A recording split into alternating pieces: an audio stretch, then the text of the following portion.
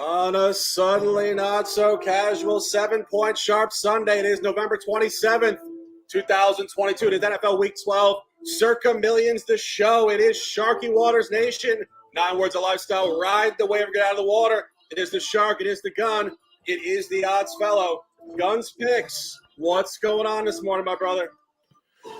What a beautiful, well, a little bit rainy Sunday over here in Maryland, but man, did we kill college football yesterday. 6-3 plus 3.55 units. I'm happy as hell, but I want to continue to bring that momentum into the NFL slate. Odds fellow, how's your Sunday going?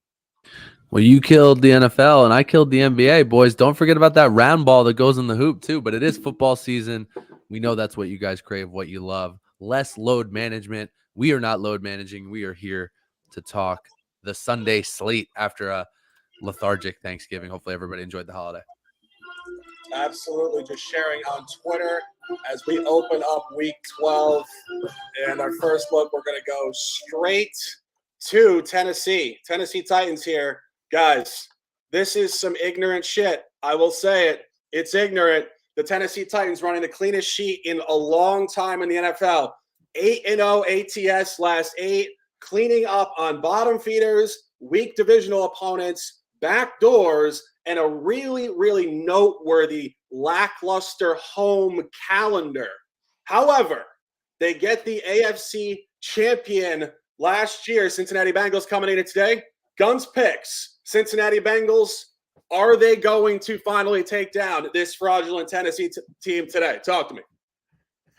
Well, that's the plan, but Tennessee is defying the laws of physics, laws of gravity, and the laws of what is supposed to be a covering team, because when you look at them statistically, it makes zero sense.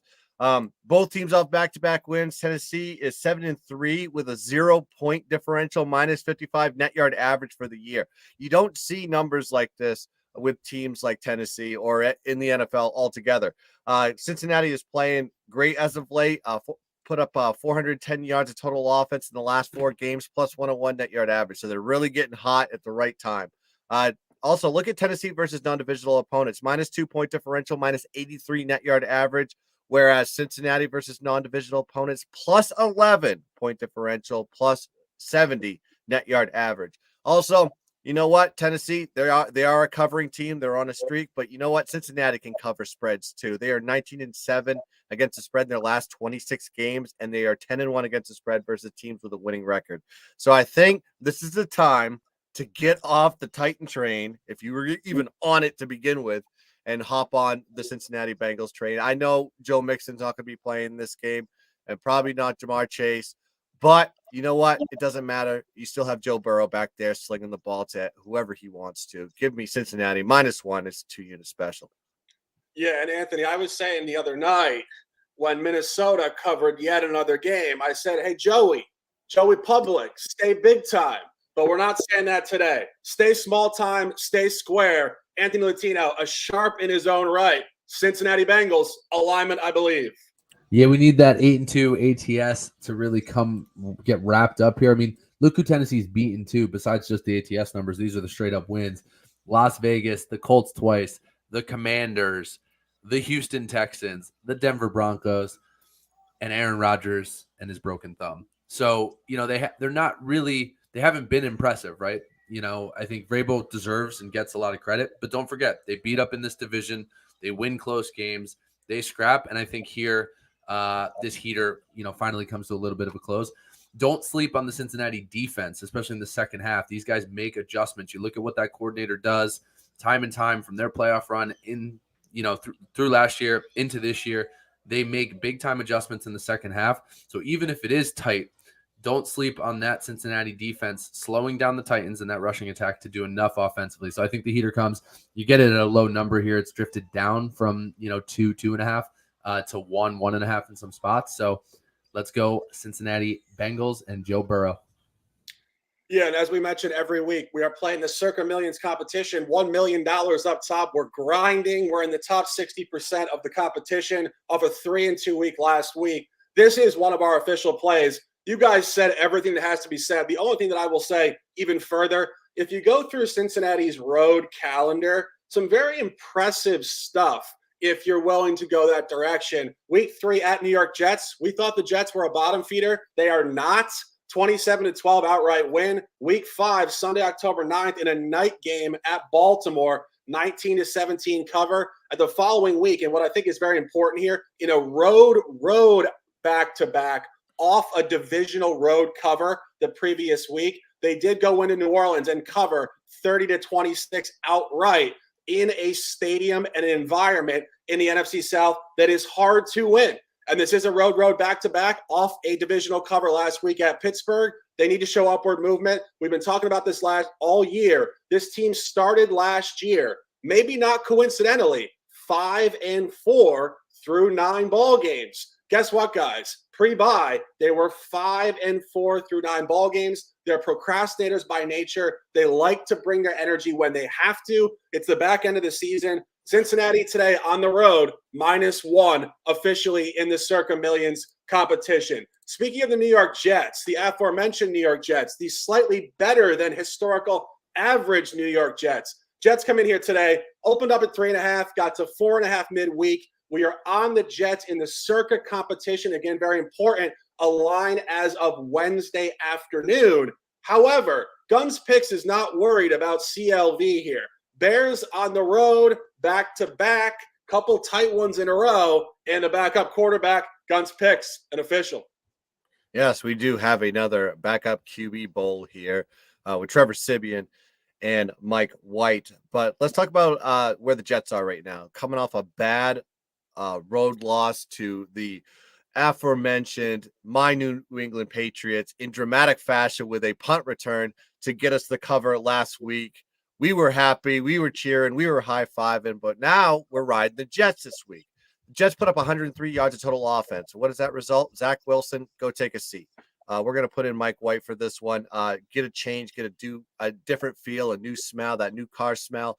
Hopefully that refreshes the offense and gets them motivated to play in this one. Now, Chicago is on a 4-game losing streak, and they just lost to the Atlanta Falcons on the road, 24-27, -8 net yard average. Now, Justin Fields is not going to play, so that takes out the heartbeat of the offense. You put in Trevor Siemian, could change the dynamic in there. You got a pocket passer, a guy with a little bit of mobility, but I think you're going to be okay with this Jets defense. Now, Chicago struggled on the road. They have a -6 point differential, -51 net yard average away from Soldier Field. Now you have the Jets at home. They are -1 point differential, +44 net yard average. I think that's going to flip up today versus this lackluster Chicago team. Now, compare the offensive line versus the defensive line situation. Chicago's offensive line versus the New York Jets defensive line. Chicago's offensive line allowed 40 sacks this season, 17.5% sack rate, whereas the New York Jets, good defensive pass rush. They've gotten 32 sacks this year, 9.4% sack rate, and a 10.1% sack rate at home. Chicago 3-13 against the spread in their last 16 road games, where the Jets are 5-1 against the spread after a straight up loss. And also Chicago, guess who they got next week? They got the aforementioned Green Bay Packers that own their ass.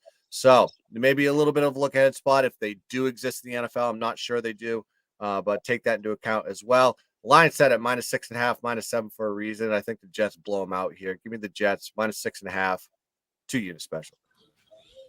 Alignment from the odds fellow. It's either really good or really bad when we start the show like this, but let's go. We do have this in the contest. Will Sharker get to? We got the upward line movement, so we'll see what the CLV cans do. Hopefully we don't throw it in the dumpster. You just got locker rooms here going in 2 completely different directions, right? Which I love from a narrative standpoint. I think these guys really do believe in what they can do, special teams, defensively. The problem has been this offense, right? And you see that purely in the DVOA rankings. The Jets come in 11th in total DVOA for this season, 21st in offense, 8th in defense. You flip that puzzle over to the Chicago Bears here, 29th overall, 29th in offense, and 26th in defense. You know what's concerning?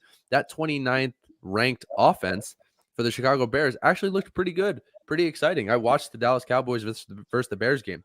I've seen Justin Fields battle and come back in the rain against San Francisco in week 1. He's gotten better as the year went on. the play callers got more comfortable in that offense with what they wanted to do with him, with the rushing attack. I think Khalil Herbert is still out. Now you lose Justin Fields, probably your top running back at the quarterback position. This team is not going to be able to move the ball. So I would play it up to the 7, which I see in some spots. Love the Jets today. Love that defense that we talked about so much. And if you don't think they're going to be even more jacked up than they've already been this year, coming off a game against the New England Patriots when they only gave up 3 points, they didn't give up that special teams touchdown, right? That wasn't the defensive unit purely. So these guys are going to come out. They're going to eat Trevor Siemian. So another look I actually have in this game, besides probably the total under, which maybe is a slight lean, is I also like the Bears under team total, which you can find somewhere between 14.5 and 16.5, depending on what you want to pay. So do some shopping for that one, but that's probably worth a half unit, in my opinion, look. But officially Jets -7, and then I'll get a tweet out about that team total as I find the best price. Yeah, and I think jumping off this, there's a couple other points to discuss here, and it's more schedule oriented, but this team is in a funky position, the Chicago Bears. They come in here on an L4, but this is not a bad L4. 3 straight real tight ones. Go back 3 weeks ago. We did have it correctly at +3.5 against Miami at home, a 35-32 loss. 2 weeks ago, again at home, we suggested on here that the game would be a Detroit look, and it was a Detroit +3 cover. But again, a 31-30 extremely tight loss.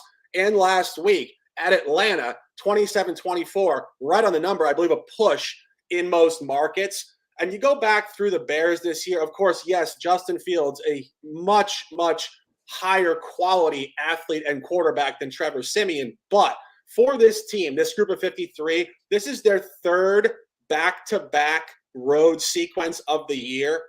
All the 2 previous ones, they are 1-1 ATS. They didn't cover at the Giants. Then they covered in the division against Minnesota. They covered at New England. Then they got hammered at Dallas. And I think that's what we're looking at here. Back-to-back out-of-division road games off a push or a cover or a non-cover, depending on your CLV. Now it's road outside of the division.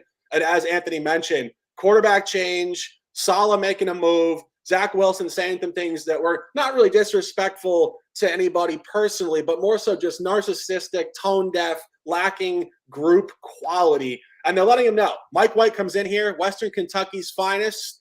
And we love to say that, of course. I think the Jets will turn up here today, as you guys mentioned. Team total under for Chicago. It's going to be a lower scoring game. I could actually see this game playing very similarly to how Chicago played in MetLife against the Giants, a 20-12 loss. NFL football, it's probably going to be tight. But again, we're looking at the Jets here with our Circa Millions official play.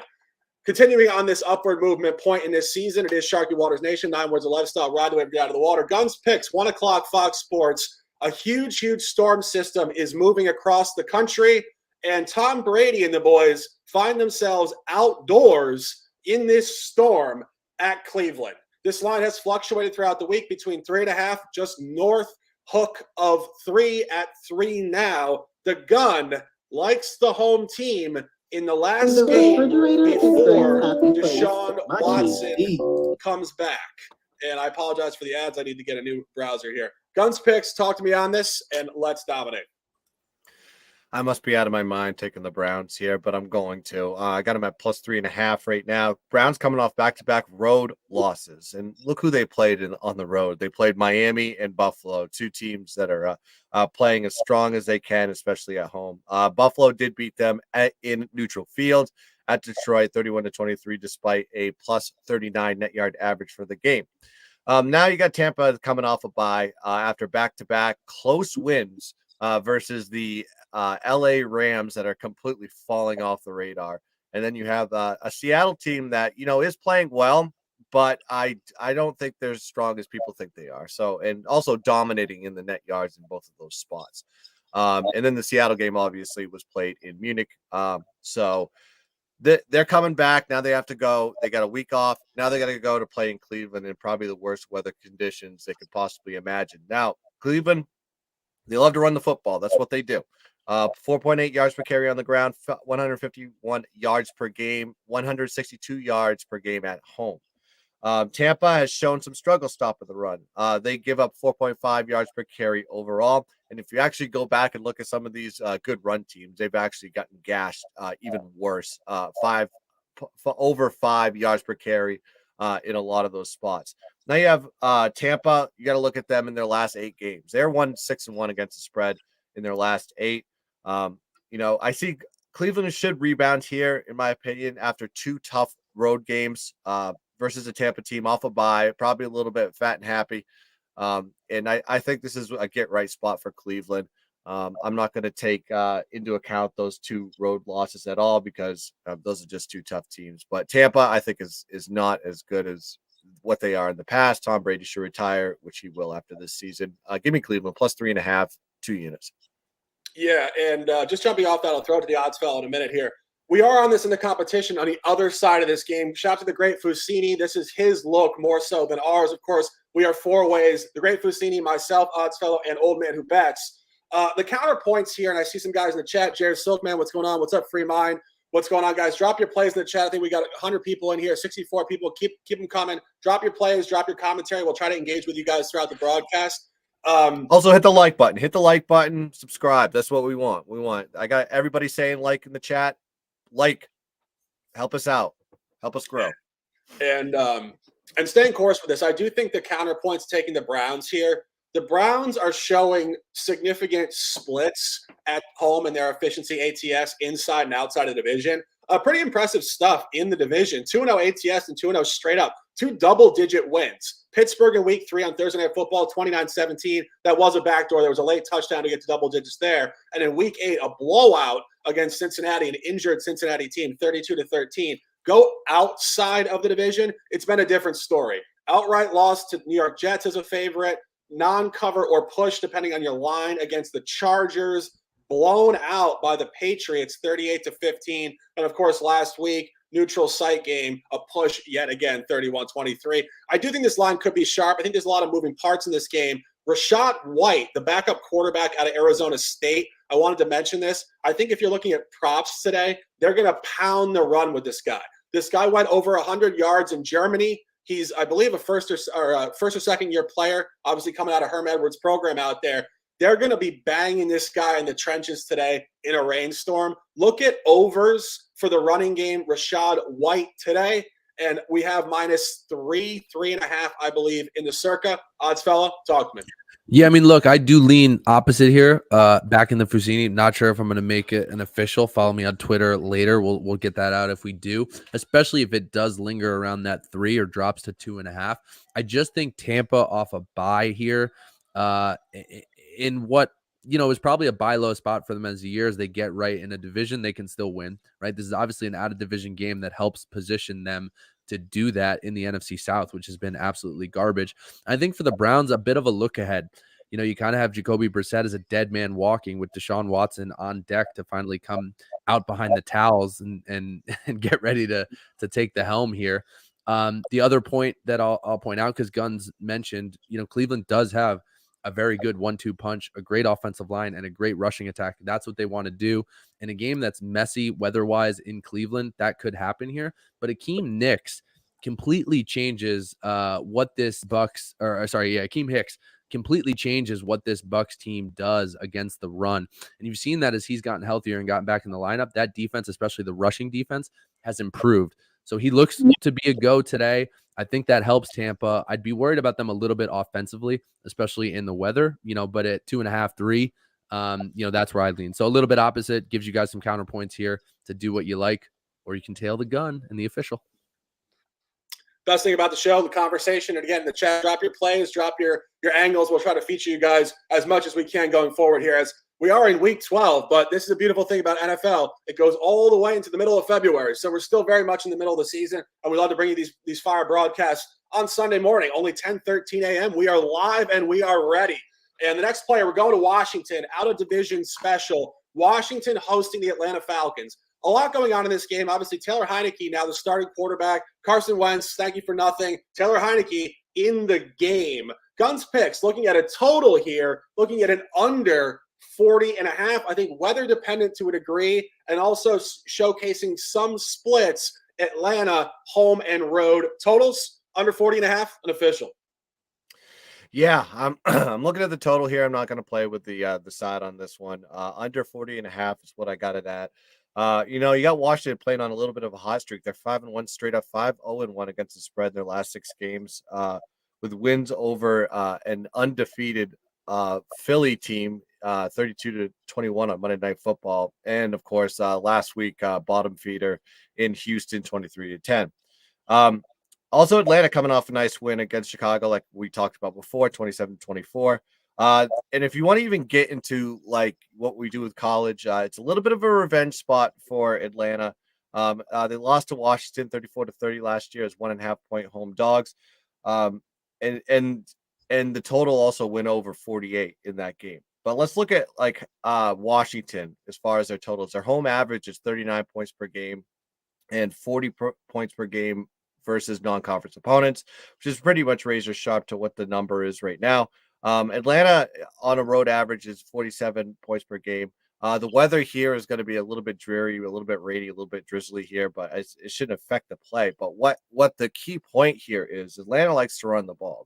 That's where they get a lot of their offense in.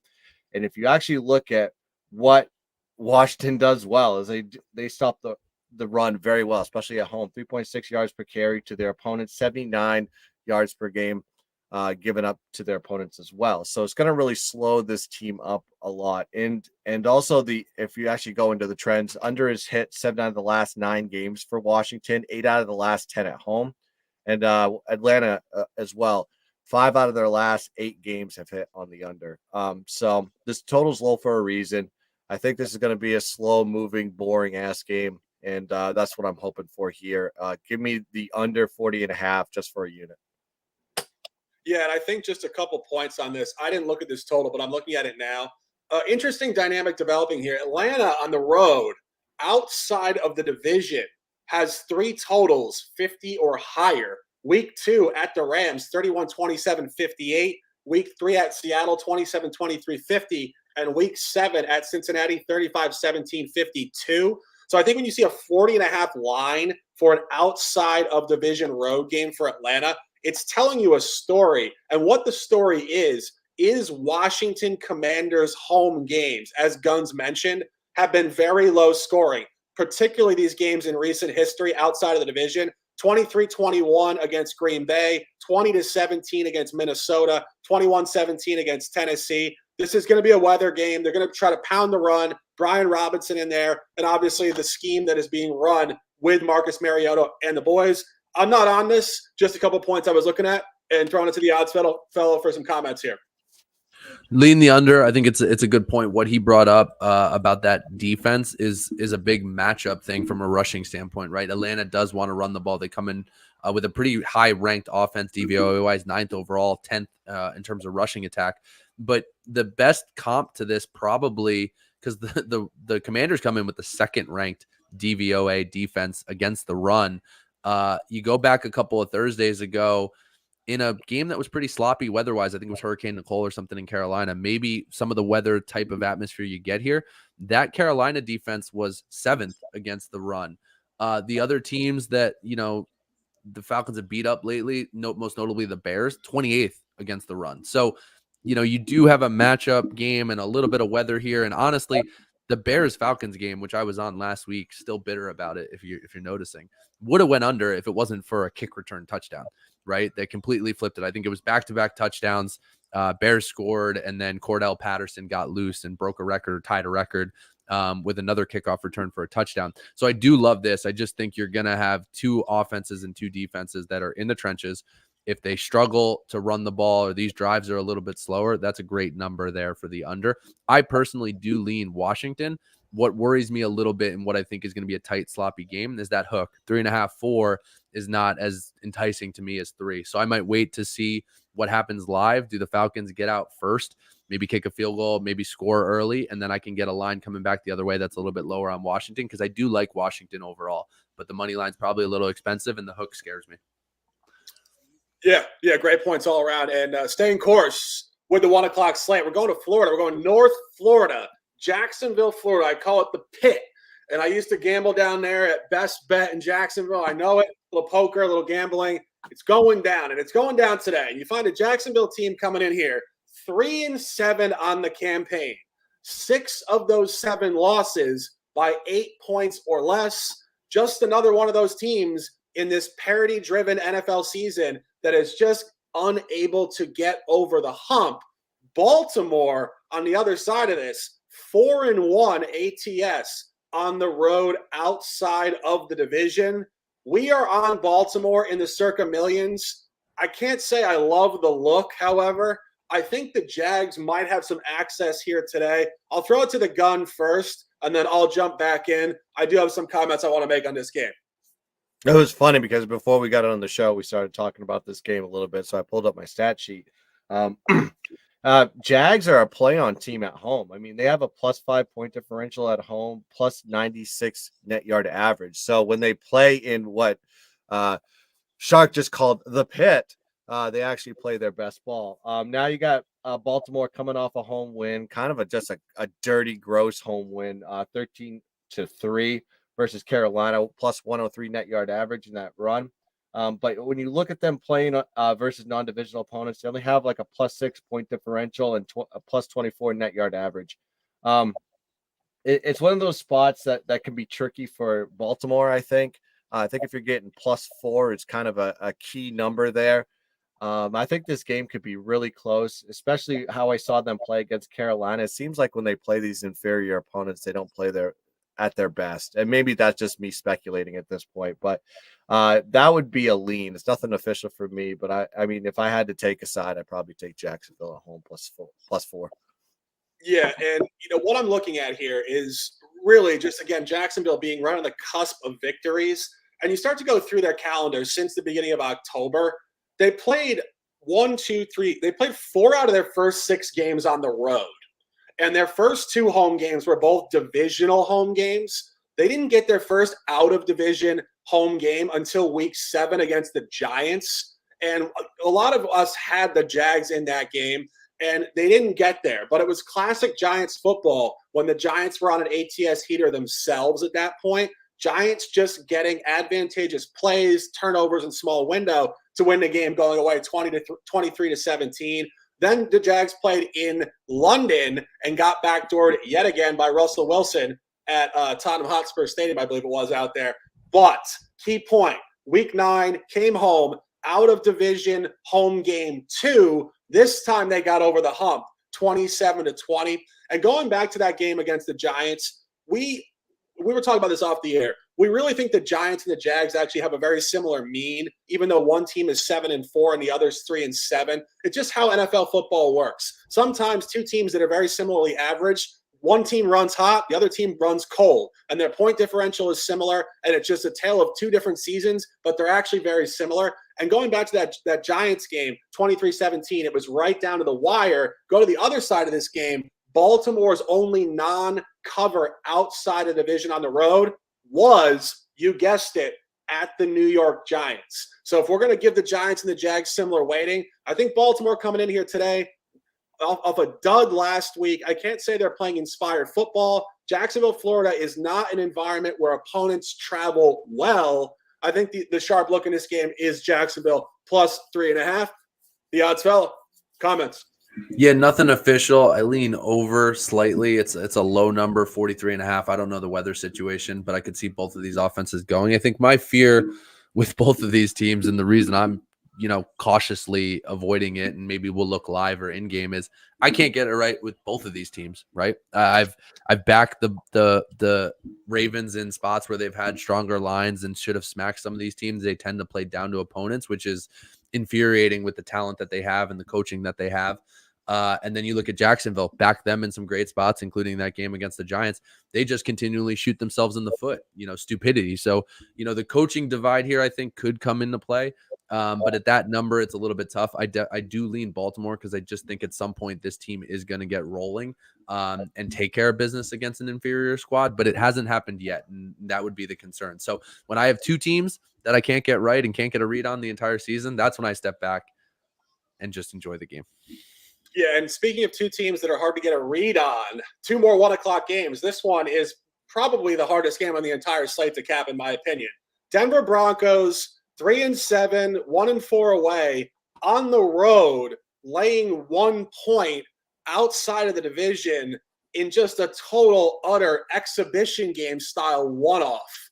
Not a lot of prerequisite data, very evenly matched stuff. 3-8 Panthers, 3-3 at home, starting Darnold today for the first time all year. Of course, injuries, inconsistencies, and what have you. Throwing it to the gun here. The home team is showing some upside for the gun. Yeah, as long as Baker Mayfield doesn't play for the Carolina Panthers, I'm okay with taking him in this spot plus 1.5. Even though it is Sam Darnold, he does see ghosts, and hopefully he doesn't see any today with this Denver defense. Denver off back-to-back losses versus the coming off the Las Vegas Raiders lost 22-16, minus 87 net yard average for the game. Carolina also off a tough road loss to Baltimore, like we talked about before, 13-3, minus 103 net yards for that game. Now, Carolina just a better home team. Plus 1 point differential at home, minus 62 net yard average in that regard. Denver on the road, minus 3 point differential, plus 17 net yard average. This is a team that can't score 18 points at all. I mean, that's that we talked about it before. I was like, if they scored 18 points, they would have been like 8-1 or something like that. I saw some statistic on that one because their defense is so good. But look at Denver last 4 games, minus 4 point differential, plus 2 net yard average. They've just continually been below the point differential and consistently all season long. And now we got Sam Darnold that's starting this week. So you have a new quarterback. Not a lot. I mean, there's film on him. If you want to go back to 2020, I think it's the last time he actually played for, actually took a snap. But Denver 2-6 against the spread in their road games, 4-10 against the spread overall, and then you have Carolina 4-1 against the spread in their last 5 games. So I'm going to be riding Carolina here as a dog at home. They do play better there. I think they'll step up against this Denver team that has zero offense, zero hope, with a good defense, which is kind of sad. But I'll just take it for a uni here. Give me Carolina plus 1.5. Yeah, and anything on this one? I was just trying to get to some historical info about that total because it's super low, which normally I would lean towards taking the under. You know, when Vegas goes low, I like to go a little bit lower, but I think this thing is sitting down at like 36 and a half, which is, normally you see a 38, 39, and I'll jump all over that. So I actually lean over a little bit here. Maybe these teams just do enough offensively. I do think you're going to get a better effort out of Darnold, which always helps. I think 36, looks like a slight lean towards the under, historically, but could be a way to play this too, especially if they start slow and maybe that number dips even more live. Yeah. Denver is basically the Iowa Hawkeyes of the NFL. Yeah, absolutely. That's a great comp. 100%. Yeah, 100%. nothing else. And it just, we've been saying this since week 1 when we saw the performance, in prime time on Monday night, September 12th, 17-16 loss at Seattle. This team is just unbelievably inefficient schematically, offensively. And it's Nathaniel Hackett. Of course, he's not calling plays anymore, but I mean, there's no end in sight for this team. They have not shown the ability to do anything outside of maybe a small flurry at Las Vegas in week 4, scoring 23 points. When 23 points are your high point for the season, I mean, something is just severely, severely disconnected here. I got nothing on this game. I think this game's a dead toss. Again, when you insert a new quarterback in there and you get Russell Wilson in all these tight games, this game is -1 for a reason. This will probably be a coin flip right down the stretch. I do want to make one comment to the chat just to keep this interactive. Jerbaka 42, I think, said Panthers Titans tease. I don't hate the Panthers on a tease just because I'm on the Bengals, and to me, I would love a smack spot, and I do think Joe Burrow and that team can get to the point where they do smack the Titans around a little bit. The other side of that teaser that I'd look at a little bit is the Jets, because you could take that Jets team all the way down to a pick 'em, -0.5, depending on your teaser rules. And then take the Panthers up. So I'd look at those two. You cross some really key numbers because I think the Jets get the W today. We're obviously on the -7, and the Panthers going up, I think, is a good look in what should be a tight game. Yeah, great points there. Final 1 o'clock game, Grease Fire special. A lot of moving parts here. Yet another new quarterback. Houston Texans going on the road to Miami. Huge number here, +14, +14.5. Kyle Allen stepping in for Davis Mills. Obviously, Davis Mills, 11 weeks, unimpressive. Lovie Smith making the change. This is a tough game to cap. I'll start it off. I do think the lean here would be to the Texans.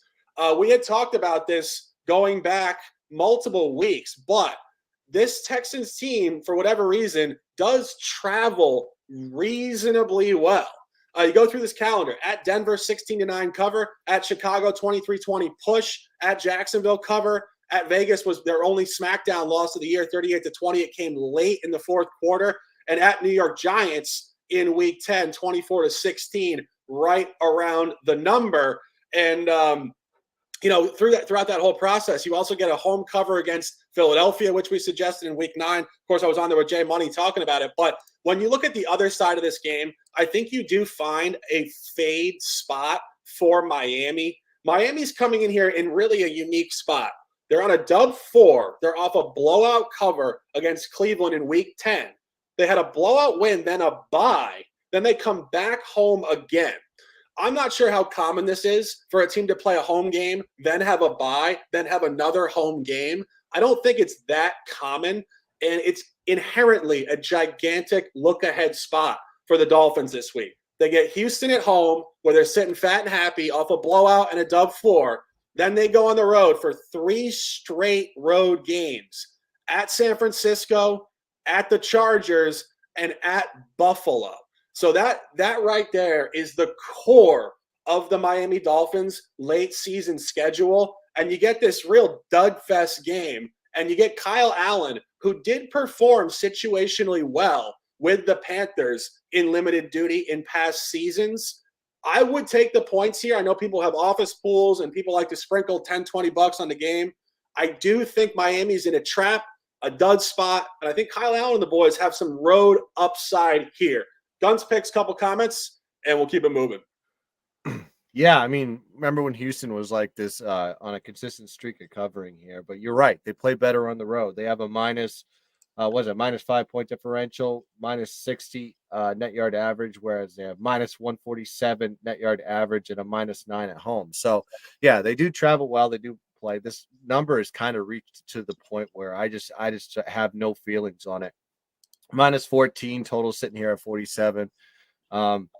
Yeah, you have Miami going on a real big heater right now. They also have the 49ers to look ahead to next week. So that's another key point there as well. So maybe they're not, just want to get out of there with the W, not really considering doing the blowout thing. But we'll see how it goes. Nothing that I'm on. But yeah, if I had to lean one way or the other, it'd probably be towards the Texans. One look you could get here is the team total over.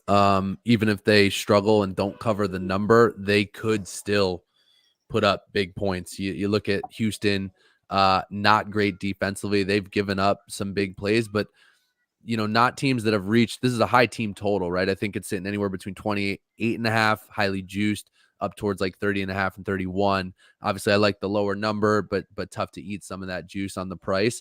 But they've given up between 20 and 25 points to a lot of teams that are bottom 20 offensively. That's the Tennessee Titans, the New York Giants, the Washington Commanders, the Las Vegas Raiders, the Chicago Bears, right? All not really a comp to Miami's 5th ranked offense and a team that gets cooking and gets moving. The best comp would be they give up 29 points in an absolute blowout to the 3rd ranked offensively Philadelphia Eagles.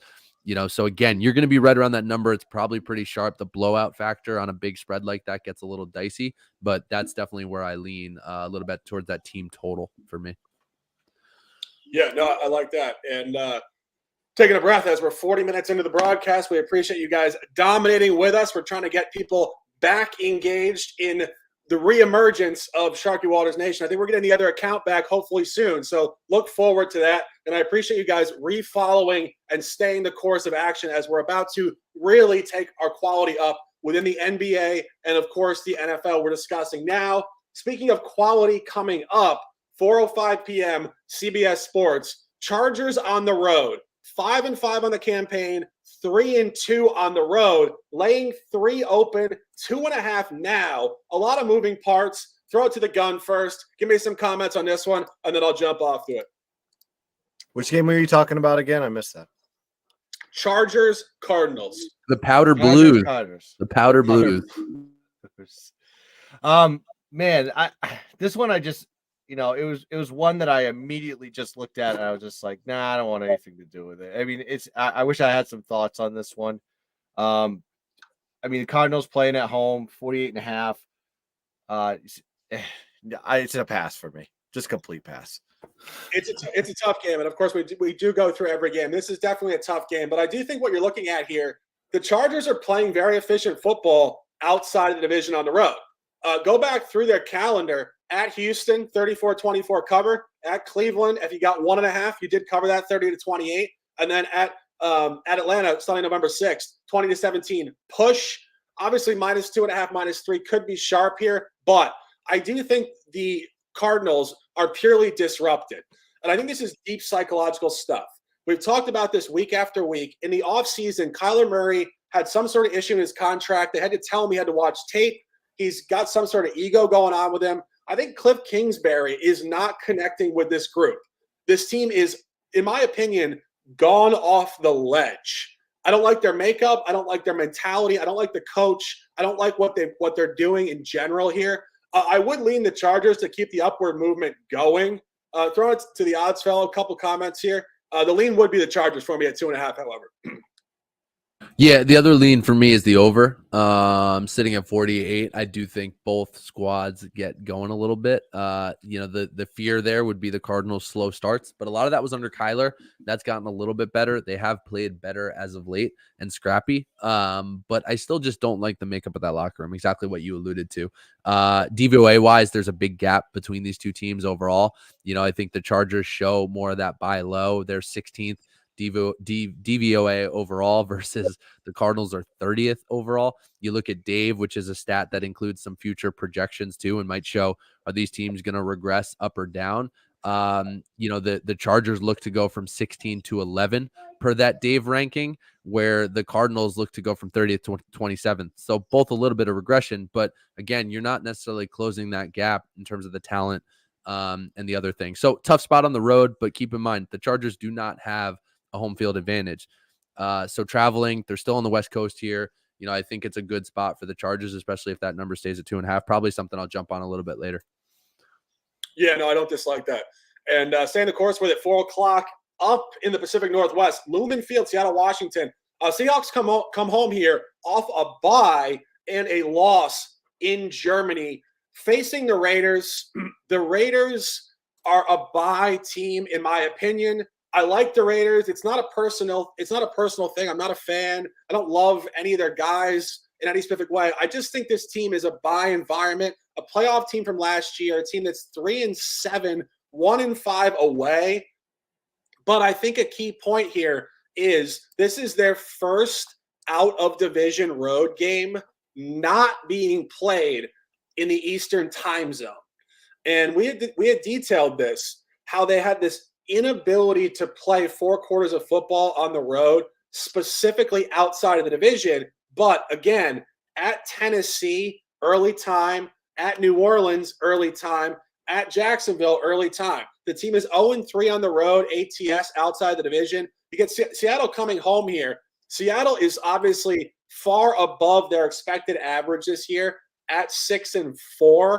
Not a lot of prerequisite environments here. Week 1 cover as a dog. Week 3 non-cover as a dog against Atlanta. My guy in the chat says public on Seattle. You know where I'm going with this. I do think the access point here would be Las Vegas at a key number of +4. I think the Eastern time zone crap is not representative of how they're potentially going to play in a much more comfortable body time spot. And I do think they're just inherently a bye team. I think they're showing wind. Last week, they did get their first road win of the year at Denver. I had suggested I liked them here last week. I think it continues. And I think this team has upside. If I had a free play, I would lean towards Vegas here. Odds fellow? Yeah, actually agreement there. I think, when you look at the point differential, it's interesting, right? Because I think the Raiders are 3-7, have lost a lot of games late or not finished a comeback. Seattle 6-4. They're only about a 25-30 point gap on the point differential, despite that big swing in the records here.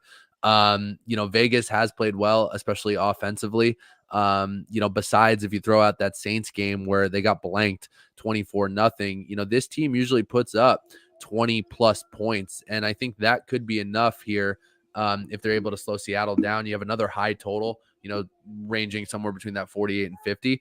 To me, that speaks to the Raiders getting the job done, especially at that number, keeping it tight and probably, heavier scoring. The Raiders not great defensively. Seattle 11th, but that's weighted down because of some of their opponents and who they've played a little bit. So I do think that number goes backwards and Seattle, is susceptible to getting scored on. Yeah, 100%. And obviously keeping the chat engaged and conversational. Mike Munoz, I see my guy, top stuff, but I want to make a comment on that. They barely beat Denver last week. You can't look at the flat record. Denver's not a 3-7 football team. They've lost 7 games by 1 possession, and this team is a juggernaut at home. It's a tough crowd. It's cold. It's outdoors, and the defense is A+. That's the number 1 ranked defense per DVOA, right? I just talked about Seattle at 11th. Denver's number 1. Precisely. And this is a Denver team that beat San Francisco at home in week 3. They've been all over the grid. They can't score. But trust me, Denver is not a bad football team in terms of the competitive environment of the game. So just remember that. You can't look at a flat record. Can't listen to ESPN. ESPN will tell you all the hot take trash. That is not a bad win for Vegas at all last week. So just keep that in mind. And Guns, any comments on this one? You have Seattle coming back off a loss in Germany. So they did have a bye week, so they're well rested for this game. Last 4 weeks, though, plus 8-point differential for Seattle, plus 38 net yard average. Whereas you look at the Raiders here, looks like minus 7-point differential, minus 71 net yard average. So, I mean, I know, they're coming off a good win versus a divisional opponent in Denver. Now they're going to go back it up, go to the Pacific Northwest to go and play a Seattle team that's a little well rested. It's nothing that I'm going to be playing officially, but I know you guys like the Raiders in this one, but I'm sorry. I think if I had to lean a direction, it'd probably be Seattle on the bounce back.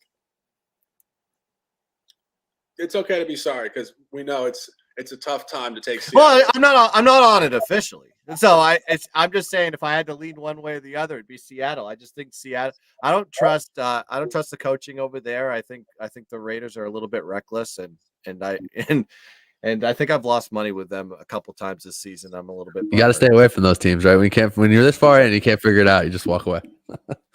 Completely agreed. And segueing out to the buy hat, and I'm going to make this play official, but we're going small. We're going 1/4 unit.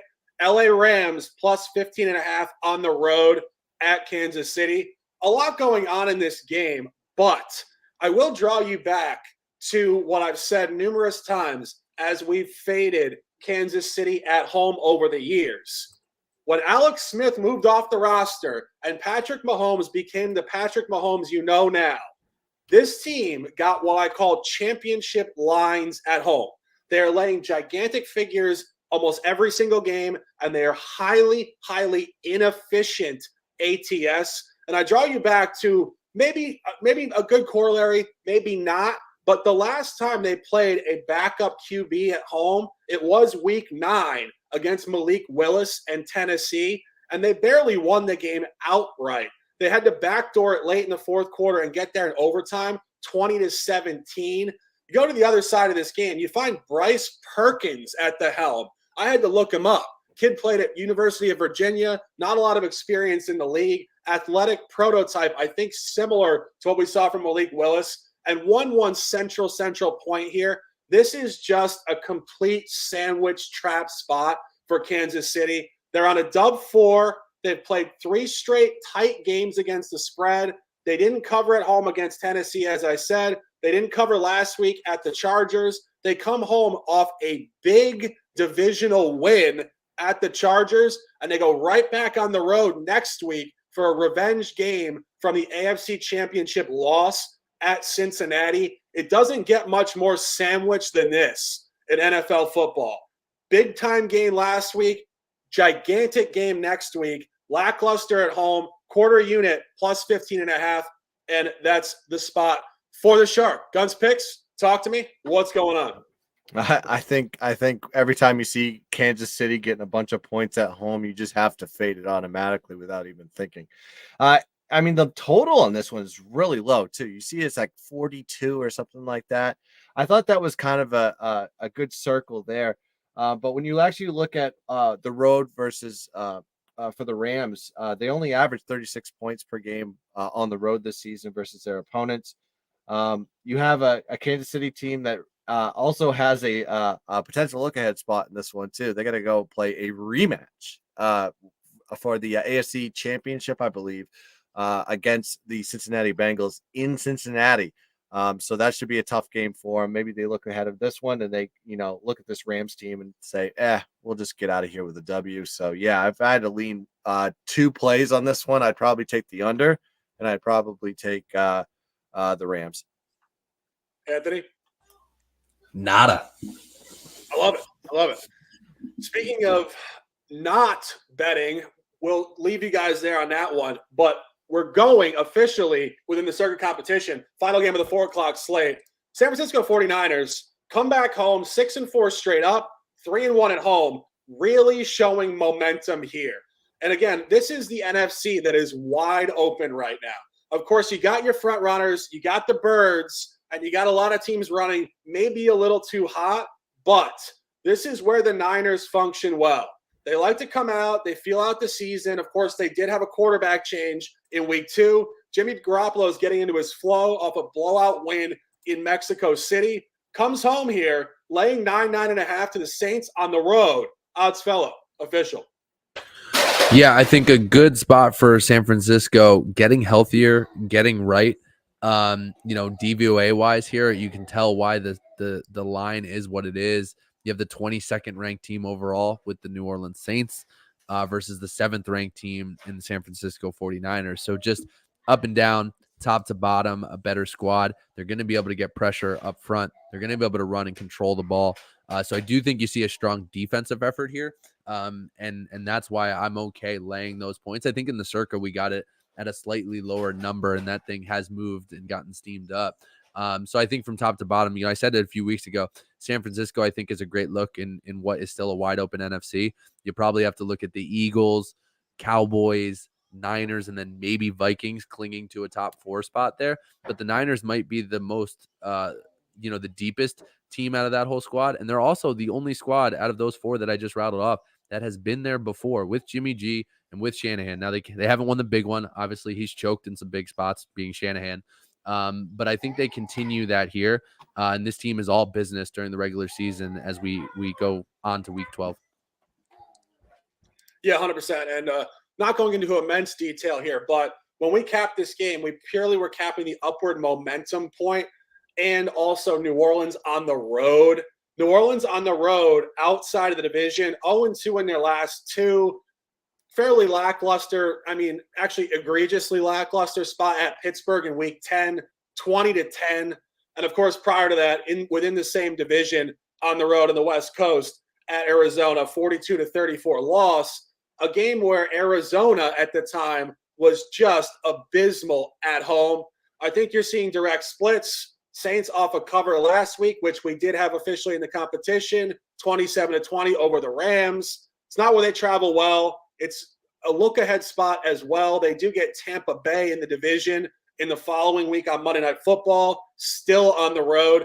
I think you're looking at the Niners here, -9 being a key number by 10 points or more. Guns, picks, comments, or we can keep it moving. I mean, you see, if you actually look at the schedule for the 49ers, they got 5 straight home games, including the Mexico. They were technically the home game there. And so this is going to be a long stretch. I didn't realize how much of a stacked road split. They were a traveling beast coming in start of the season. And now they're coming in here, going to be comfortable at home after a nice little win in Mexico. So yeah, I don't want to, seeing what New Orleans does on the road doesn't impress me at all. Andy Dalton does nothing to impress me at all.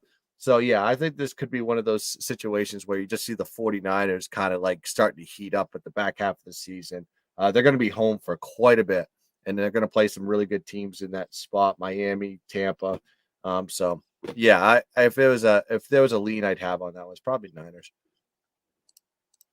Yeah, good comp, I think, to in division. It was a home road split, so a little bit different here, but against Carolina early on, 37-15.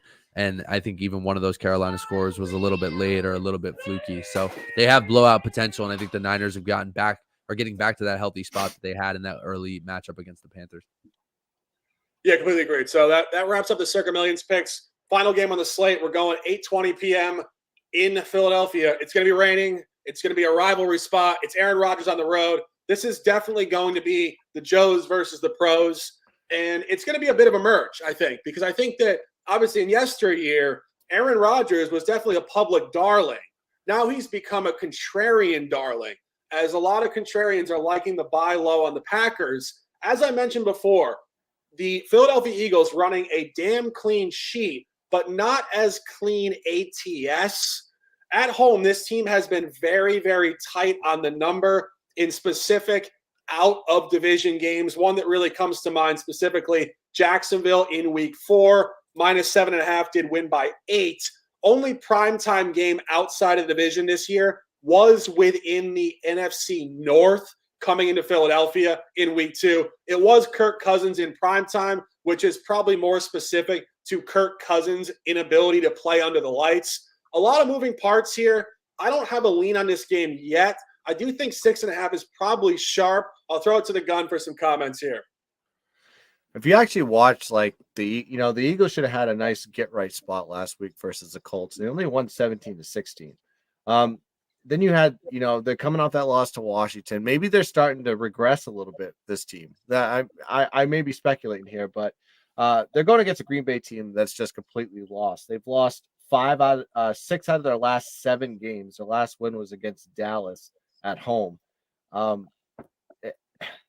It's one of those weird spots that I don't know if I necessarily trust the Eagles, and then on the other side, I don't know if I trust the Packers at all. I just think that the Packers are just so directionless right now, and I want to see the Eagles play another week or so to see if their regression is going to actually continue from the past 2 weeks. We'll see what happens, but no, this is nothing that I want to take a side or a total on. I'm probably just going to completely pass at this game.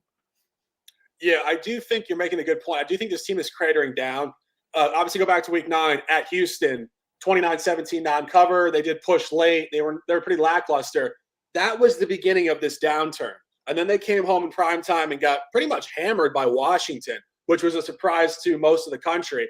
And then, of course, last week, again, lackluster, late touchdown, whatever. So they've been lackluster for 3 straight weeks now. And as you mentioned, I don't think that's necessarily coming back up. When this team's 9-1 and they're just a little too hot, now that I'm thinking about it, I think Green Bay has more upside here, although I don't love the game. Oddsfella, a couple comments? Just in the chat, I see Miggy says if it gets to 7.5, take Pack. I do like that. I think Pack could be a good teaser option too. Yeah. You could cross the 10 and get a little bit closer to 13, depending on what type of teaser you put it in there. The best game they had was in a motivated spot against the Dallas Cowboys. Now, Rodgers is still banged up. Even that game was a little bit fluky because I think at some point in the fourth quarter, early on or late third, it was 28-14. They were still up 2 scores. But the Pack, could get going at any point in time and at least tighten things up. Now, I don't think they have the talent to stick with Philly. But again, at some of those numbers, I think in what's still a weird spot for Philly, trying to get right. They have the loss behind them. They did battle back against the Colts. I still think this could be a close game. Some of the ghosts of Aaron Rodgers past, still doing good. But what I'd be worried about is his thumb injury, whatever the hell's going on there and what that locker room's doing. But just to shout out the chat, I do think 7.5 for me is a slight buy towards the Pack. And if you can get some more points there, especially in prime time, you saw this against Buffalo, right? What was it? 10.5, and I think it was on the Packers that game. A little bit of a back door, but that back door could be open in this one too with Aaron Rodgers, Mason Crosby, and the rest of the Packers. Yeah, no, I wouldn't disagree with that. I think looking at the Packers is definitely probably the intelligent side in this game, although I don't love the game. Only thing we're on the early card here in the Circa Millions competition, we are on Cincinnati -1.5, -1 now, Tennessee 8-0 ATS last 8, all fairly lackluster opponents and situations. And we have the Jets in the competition at 4.5. Obviously a different environment. Now, official play for me, I'm going quarter unit in the NFL. Just remember that, guys. Totally different league, sharp stuff. Plus 15.5, 1 quarter unit. And I do think Rashad White on the Bucks over rushing yards today in the rain and the wind in Cleveland is the best looking prop on the board. Guns picks, 5 top plays, Cincinnati -1, Cleveland +3.5, Atlanta, Washington under 40.5, Carolina +1.5, New York Jets -6.5. We're also on San Francisco -9 in the competition. We like the look on the Jags potentially as well. Oddsfellow has full alignment with all of it. It is Circa Millions, the show. Over 1 hour in the books. No breaks. Straight fire. Sharky Waters Nation, 9 words of lifestyle. Ride the wave out of the water. NFL Week 12, Sunday, November 27th, 2022. The Shark, the Gun, and the Oddsfellow. Guns picks. Close them out with some energy, love, respect, and domination. A pleasure doing business with both of you guys. We appreciate the chat immensely. Let's have a beautiful Sunday, and let's dominate. There's 79 of you guys watching us now, and I haven't seen you hit the like button yet. So please do that right now for us so we can get into the algorithm and please grow this show to the moon. So check us out next Friday. We'll be having the college football Knowledge for College show. It'll be me and the Shark, and also every Sunday, 10 a.m. We'll be giving you the hottest NFL Circa Millions show on the planet with the sharpest information as well. So good luck with your bets. Let's cash some tickets today. And as always, let's keep dancing.